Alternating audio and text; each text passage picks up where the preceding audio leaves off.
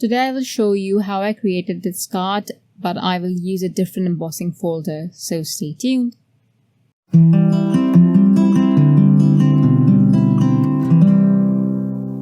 Hello and welcome to Creative Coloring with Iram.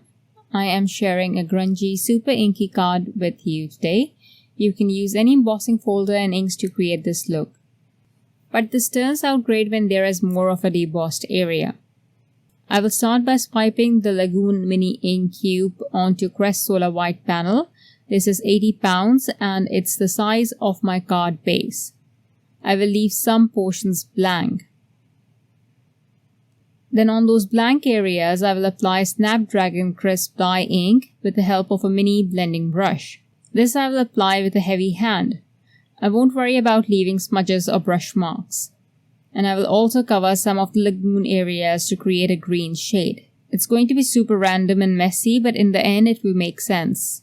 So don't worry about blending the colors well. The look usually works well on an embossing folder with more design on it, just like on my first card. Here you can see I'm using the ink blending tool, filling in any white spots and darkening the lagoon areas.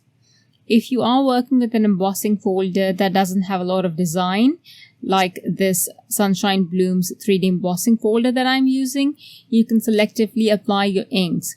I didn't do this, but you can definitely add more yellow where the flowers are, and I think it will look very cool. Now I'll place the panel in a way that I get the debossed texture on my inky side. So I'm not using the text side where it says the name of the folder, but I'm going to flip it and then place the panel and run it through the die cutting machine. And here you can see the debossed texture, and when I flip it, I have the embossed design on the plain side of my panel. Now I will use dark chocolate crisp dye ink and a foam applicator or an ink dauber and start applying the ink gently onto the panel. When I'm inking over the debossed section, I will be gentle as to not press the blending tool too much because I don't want to lose all that gorgeous color. Once I have applied my ink, I will add some embossing powder to this. And now it's up to you if you want to dry the panel a bit so that it doesn't stick everywhere. I will dry the panel slightly and then I will sparingly add antique gold embossing powder all around the periphery of the panel.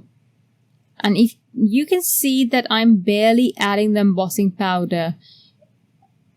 By mistake, if you add too much, you can use the dry paintbrush to remove some of it. Also, I didn't use any anti-static powder because I want the embossing powder to stick to places. And where I don't want the embossing powder to not stick, I just dried that area. You can also choose not to do this, but I love the grunge that this creates. And once you heat set this embossing powder, you can add more to this by adding gold splatters from the metallic watercolor 14 pan set, as those would match well with this embossing powder. I didn't do that because I wanted to copy my first card. And now your panel is complete. I will just go ahead and add a bit more of brown inking just to make it more dark, just around the edges and also on the center of the flowers to make the design more visible, the outlines of the flowers that is.